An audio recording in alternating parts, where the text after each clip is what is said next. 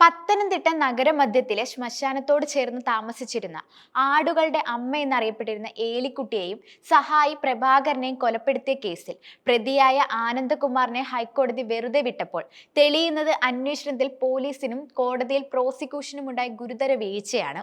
യഥാർത്ഥ കൊലയാളി ആനന്ദകുമാർ അല്ലെന്ന് അഭിഭാഷകൻ മഹേഷ് റാമും പറയുന്നു. അപ്പോൾ പിന്നെ കൊന്നവനെ കിട്ടാതെ വന്നപ്പോൾ കിട്ടിയവനെ പോലീസ് പ്രതിയാക്കിയതാണോ? പോലീസും പ്രോസിക്യൂഷനും അന്വേഷണത്തിലും കോടതി നടപടികളിലും വരുത്തിയ വീഴ്ച ഇതിൽ വ്യക്തമാണ്.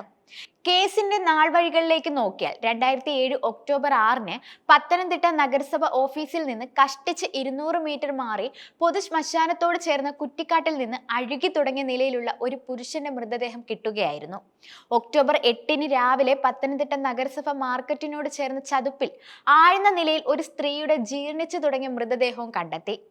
നഗരമധ്യത്തിലെ ശ്മശാനത്തോട് ചേർന്ന കുട്ടിവനത്തിൽ 50ഓളം ആടുകളുമായി ജീവിച്ചിരുന്ന ഏലിക്കുട്ടിയും സഹായി പ്രഭാകരനുമാണ് കൊല്ലപ്പെട്ടവർ. പുറം ലോകവുമായി ഒരു ബന്ധവുമില്ലാത്ത രണ്ടു മനുഷ്യജീവികൾ, തങ്ങളുടെ ആടുകളുമായി ആ ചുറ്റുവട്ടത്ത് കഴിഞ്ഞുകൂടുന്നവർ.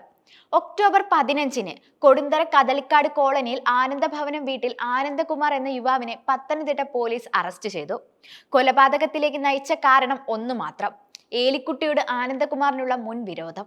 ആടുകളെ മോഷ്ടിക്കാൻ വന്ന ആനന്ദകുമാറിനെ ഏലിക്കുട്ടി തെറി പറഞ്ഞ് ആട്ടി ഓട്ടിച്ചുവെന്നും അത് മനസ്സിൽ വെച്ച് അവസരം കിട്ടിയപ്പോൾ ഏലിക്കുട്ടിയെ തോർത്ത് കഴുത്തിൽ മുറുക്കി കൊലപ്പെടുത്തുകയും ചെയ്തുവെന്നാണ് പോലീസ് പറയുന്നത്.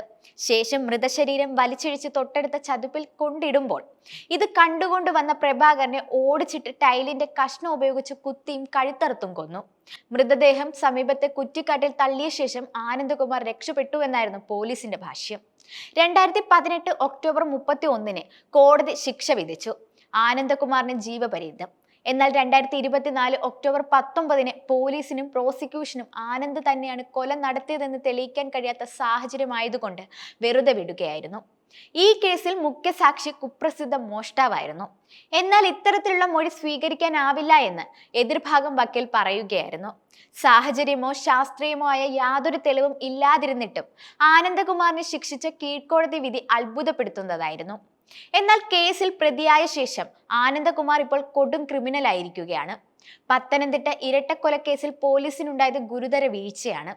ഇനി ആനന്ദകുമാറാണ് യഥാർത്ഥ പ്രതിയെങ്കിൽ പോലും തികഞ്ഞ ലാഘവത്തോടെ കേസ് കൈകാര്യം ചെയ്ത പോലീസും പ്രോസിക്യൂഷനുമാണ് യഥാർത്ഥ വില്ലന്മാർ.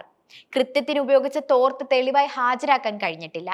അതേപറ്റി കോടതി ഒരക്ഷരം പോലും പരാമർശിച്ചില്ല എന്നുള്ളതും ഞെട്ടിക്കുന്നതായിരുന്നു. എന്തായാലും ഈ കേസ് പോലീസ് ഗൗരവമായി എടുക്കുമെന്നാണ് സൂചന. തുടരന്വേഷണം വന്നേക്കും. ആദ്യ അന്വേഷണത്തിൽ വീഴ്ച വരുത്തിയ ഉദ്യോഗസ്ഥർക്കെതിരെ നടപടി ഉണ്ടാകാനും സാധ്യത ഏറെയാണ്.